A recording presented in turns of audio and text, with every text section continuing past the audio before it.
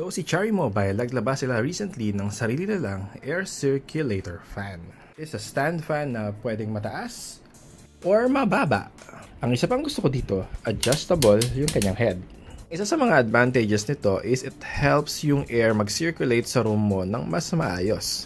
Ang isa pa, mas comfortable yung hangin na ilalabas niya than traditional electric fans. Isa pang gusto ko dito is hindi maingay yung hangin na nilalabas niya compared sa ibang electric fans. Solid to lalo kung may aircon yung room mo kasi mas madidistribute niya na maigi yung hangin so hindi mo na kailangan laksan parate yung speed ng AC mo sa bahay at yung kanyang cooling temperature. So mas makakatipid ka sa kuryente overall.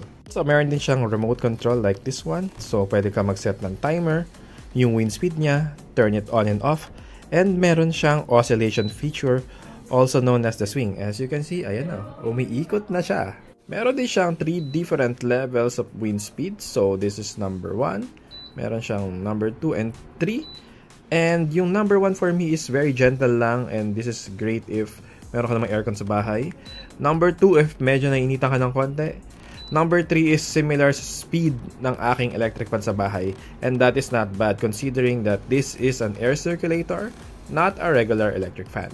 Kasi yung design niya parang hindi naman siya madaling masundot ng fingers, so parang mas safe din siya even sa kids for me. Try linisin but I suspect na madali naman siyang linisin kasi removable naman yung mga parts niya sa likuran at yung buong body. You can also use this remote up to 8 meters and parang totoo naman yung claims nila kasi sinubukan ko.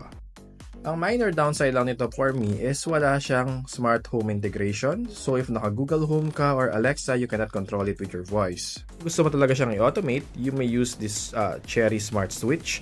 And yung magagawa nito is pwede mong i-turn off automatically yung device with your voice, either Google Home or Alexa. In general, I'm very happy with this Cherry Philippines air circulator fan. Kasi ang ganda ng design niya, as you can see here, very modern looking. Medyo premium din yung kanyang build in fairness kay Cherry.